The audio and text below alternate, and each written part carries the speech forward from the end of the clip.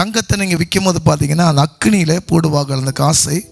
போட்ட உடனே முழுமையாக பொன்னினாலே கண்ணாடி போல தெளிவாக தெரியும். அந்த அழுக்குகளெல்லாம் அகன்று விடும். அப்போ தான் அந்த தங்கத்துக்கு மதிப்பு.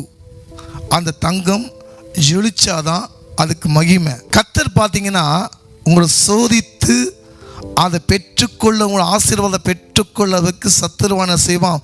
உங்களை எந்த விதத்தில் உங்களை தள்ள முடியுமோ, உங்களுடைய சோதனை, உங்கள் பலவீனம், உங்களுடைய எல்லாமே பிசாசுக்கு தெரியும். சோதனை சகிக்கிற மனுஷன் பாக்கியவான். ஏற்கனவே சொல்லுங்கள், ஒரு சோதனை வந்தால் தான் ஒரு சாதனை, ஒரு தோல்வி வந்தால் தான் ஜெயம் வரும். ஒரு தோல்வி எந்த அளவுக்கு நீங்கள் விழுந்து போகிறீங்களோ அந்த அளவுக்கு நீங்கள் ஜெயிக்குவீங்க. அந்த ஆசீர்வாதம் பெற்றுக்கொள்ளணும்னா உலகத்துடைய அநேக தடைகள் வரும், போராட்டம் வரும்.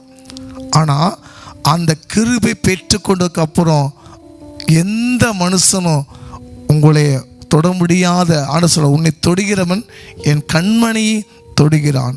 அவர் உள்ளத்தில், அவர் பலத்த கரத்தில் நீங்கள் அடங்கியிருக்கும் போது எந்த அக்கினி வந்தாலும் அது உங்களுக்கு சேதப்படுத்தாது.